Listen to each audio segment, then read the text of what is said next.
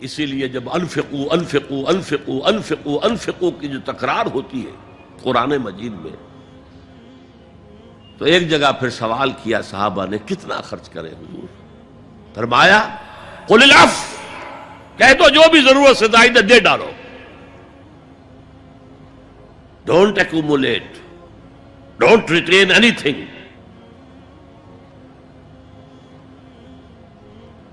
ایک بات آپ سے کہوں، آپ کچھ چونک جائیں گے، حضور نے کبھی زکوٰۃ دی؟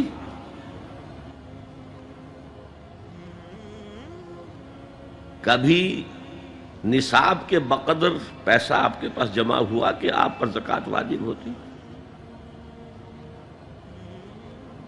کیسی عجیب بات ہے۔ ارکان دین میں سے ایک رکن سرے سے غائب، کبھی آپ نے مال رکھا ہی نہیں۔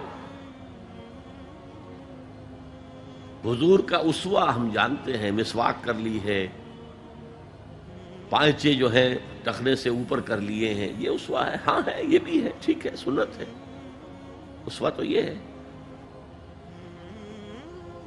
اور صرف آپ کا نہیں، جنہیں ہم کہتے ہیں فقراء صحابہ، ابو ہریرہ، ابو ذر،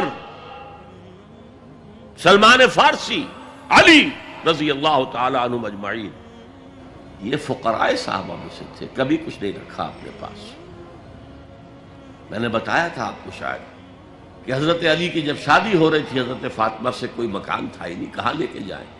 ایک انصاری نے ایک حجرہ دیا ہے اپنے مکان کا، اس میں حضرت فاطمہ ودا ہو کر گئی۔ He didn't have any home۔ ابو ذر وہ تو دوسری انتہا کو چلے گئے تھے۔ قانون یہی ہے، حلال سے کماؤ، اگر ایک حد سے آگے بڑھ جائے تو زکوٰۃ دے دو، باقی تمہارے اختیار میں ہے، دینا چاہو دو، نہ دینا چاہو رکھو اپنے پاس۔ قانون اس سے زیادہ آپ کو پابند نہیں کرے گا۔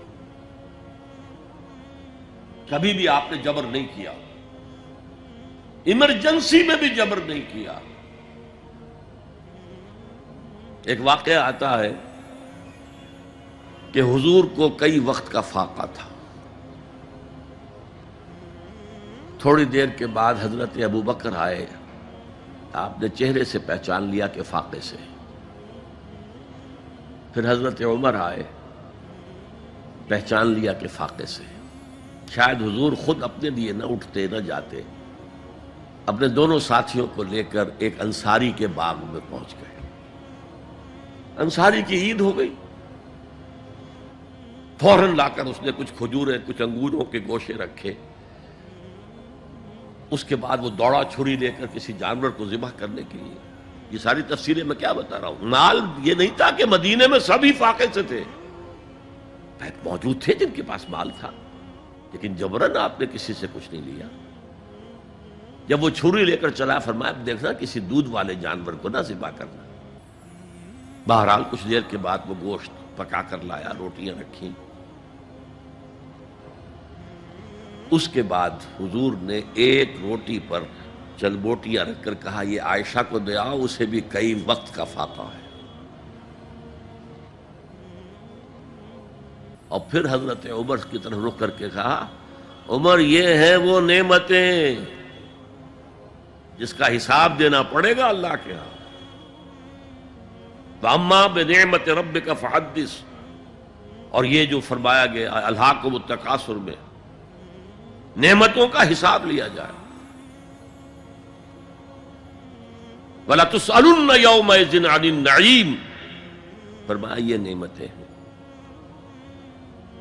یہ ہے اصل میں انفاق کا معاملہ، آپ کے اس پر چھوڑ دیا گیا ہے۔ جتنا بھی آپ میں جذبہ ہے، جتنا بھی آخرت کا یقین ہے، اتنا ہی آپ پسند کریں گے کہ آخرت کے بینک میں جمع کرائیں، یہاں کے بینکوں میں کیوں جمع کرائیں؟